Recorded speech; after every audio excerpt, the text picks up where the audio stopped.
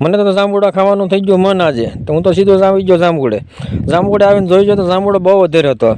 જાંબુડા તો એનિમલમાં બહુ જ હતા, પણ જાંબુડો બહુ ઊંચો 1 કિલો હતો. તો મેં તો સારી બાજુ નજર મારી, પણ કાંઈ સાઈડથી સડાય એવું હતું નહીં. ઘડીક વાડ જોઈ ગયા તો આવી ગયા મહેમાન તો સીધા કૂદકો મારીને સીધા વંડી ગયા. વંડીથી સીધા કોરડા પર ને ત્યાં ઊભા મીઠા જાંબુડા ખાવા. હું તો પછી આમાં ઊભો જોતો રહી ગયો. પછી મારી સીધી નજર ગઈ આજે પોપૈયા હતી, પોપૈયા માથે. મેં તો આજે પોપૈયાની ઝપટ બોલાવી દેવાની છે. જા જોયો તો પોપૈયા પાકીને કેસર જેવા થઈ ગયા. ત્યાં પડખાઈ ગયો તો પોપૈયું જંબાય એમ હતું નહીં. મેં તો ભાગમાં જ ભૂંભરો છે. ત્યાંથી જોયું સીધું આવ્યા ત્યાં તો 2 આયા મંડાઈ ગયા જાંબુડા ઉપર ઝપટ બોલાવા.